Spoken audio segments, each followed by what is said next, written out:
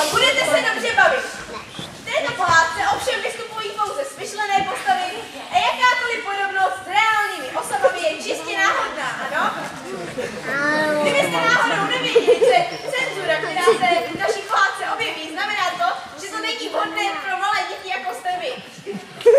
Tak tedy, za 9 horami, 10 řekami a 7 továrními komíny stála malinkatá vesnička, která se jmenovala Přero.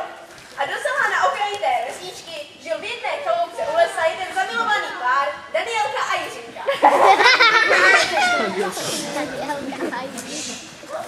A já vím, jak to stojí. A bude tam ta gorila. A bude tam ta gorila.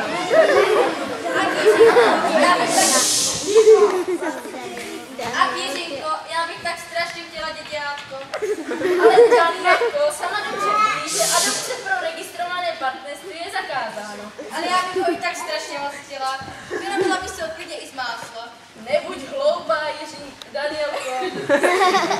Stejně takové dítě by ti bylo na nic. Ale co, já si ho stejně udělám a ty mi v tom pomůžeš.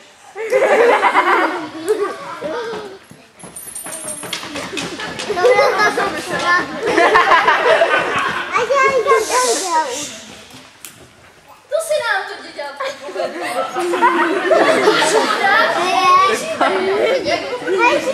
To třeba Pepa. To je moc hezké jméno. Mámo, já mám hlad. Ale co to? Pepa promluvil. No jo, Petru.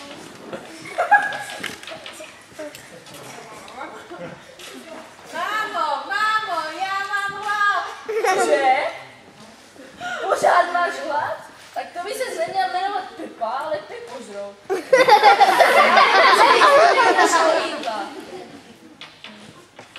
Tady máš.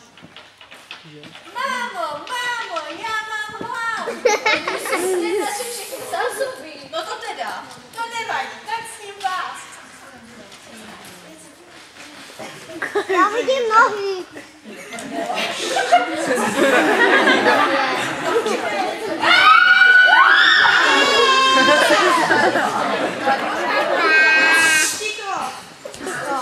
To jsem se ale dobře najet, ale pořád mám hlad. Já vidím mají ruky.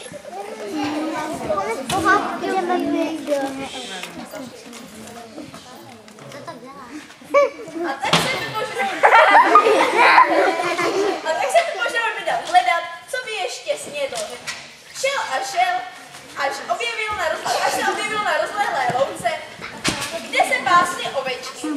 Ty ovečky se jmenovaly Vojta, Honza, Gabča, Sobča, Radek, Matěj, Ilka, Bára a Jirka.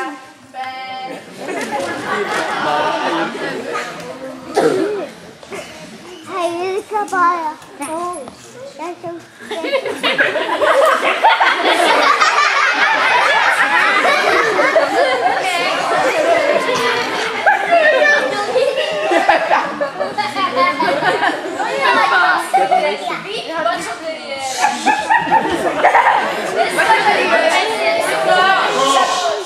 Dneska tady určitě nejsou žádné čagorily, které by mi kradly ovečky a nutily je dělat kliky.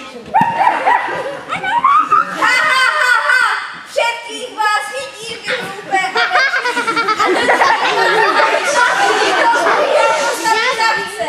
A Dominička ani pačoteriér bych v tom nezabrání. Já vidím ruky.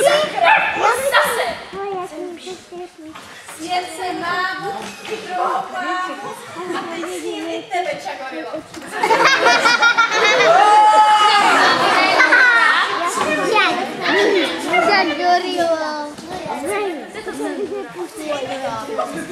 Cenzurej, že to není pro malý děti. Děkujeme ti, máme tě rád.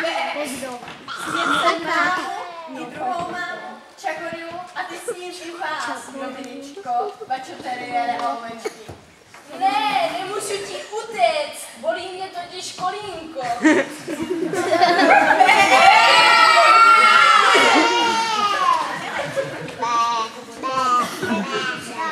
Ale pořád mám hlad.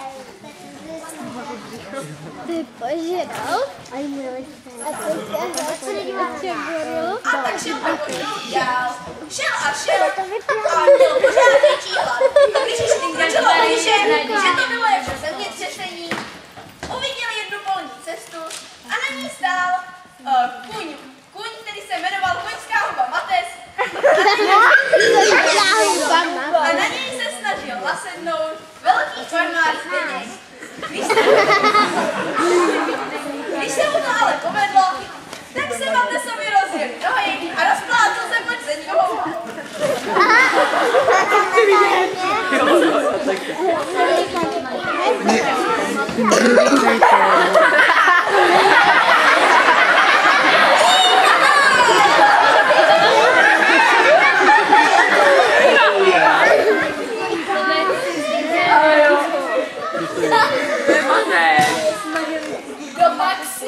Já jsem Pekošrou.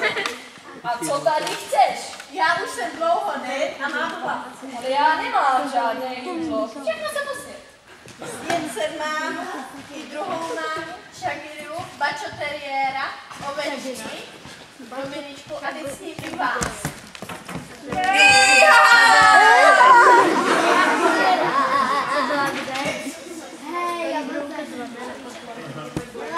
Já tam vidím. Vy tam vidíte. To jsem se ale dobře, ale pořád mám hlad. Já jsem celou hlavu. Nevidím celou hlavu.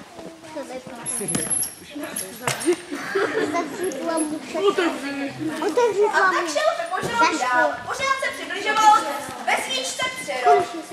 Ale než došel k hlavní bráně, ucítil nádhernou vůni, jakou voní jenom krásní jednorožci. A tak se vydal tím směrem.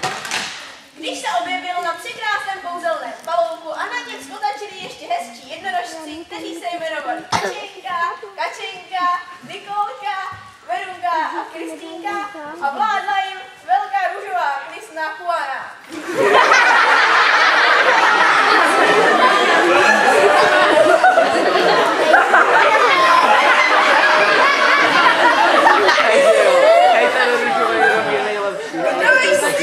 Já jsem Pekošrou. A ty? Já jsem veliká královna Juana, pokoj se mi. Snědce mámu, i druhou mámu, Čagorilu, ovečky, Dominičku, Zdeňka a Koňskou hubu Matese a teď s ním i vás.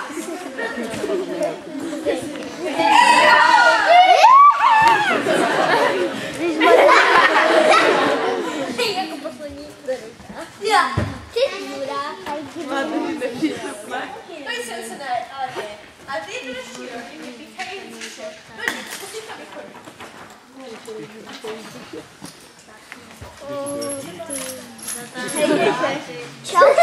A tak šel Pekošrou dál. Až se dostalo do vesničky Přerov. Tam uslyšel, že se dá najít spoustu jídla poblíž loděnice. Tak se tam vydal, po dlouhé úporné cestě ji našel a jak tam přišel, uviděl tam babičku Karličku, jak tam spravuje pádlo. Tak je to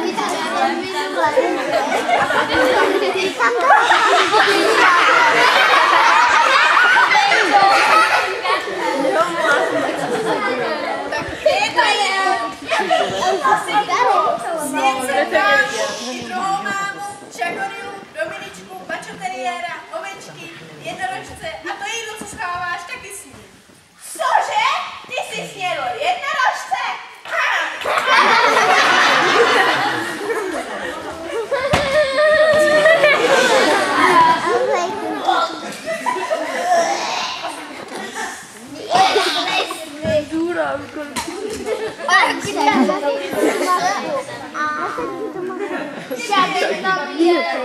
To je Čagorila, Čagorila. To jsem já.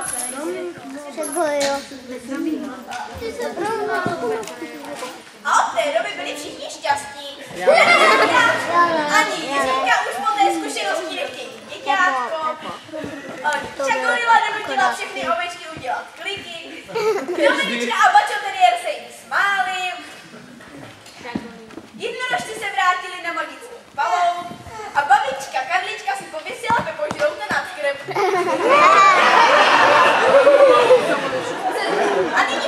jim řekli účinkující, aby se uklonili. Na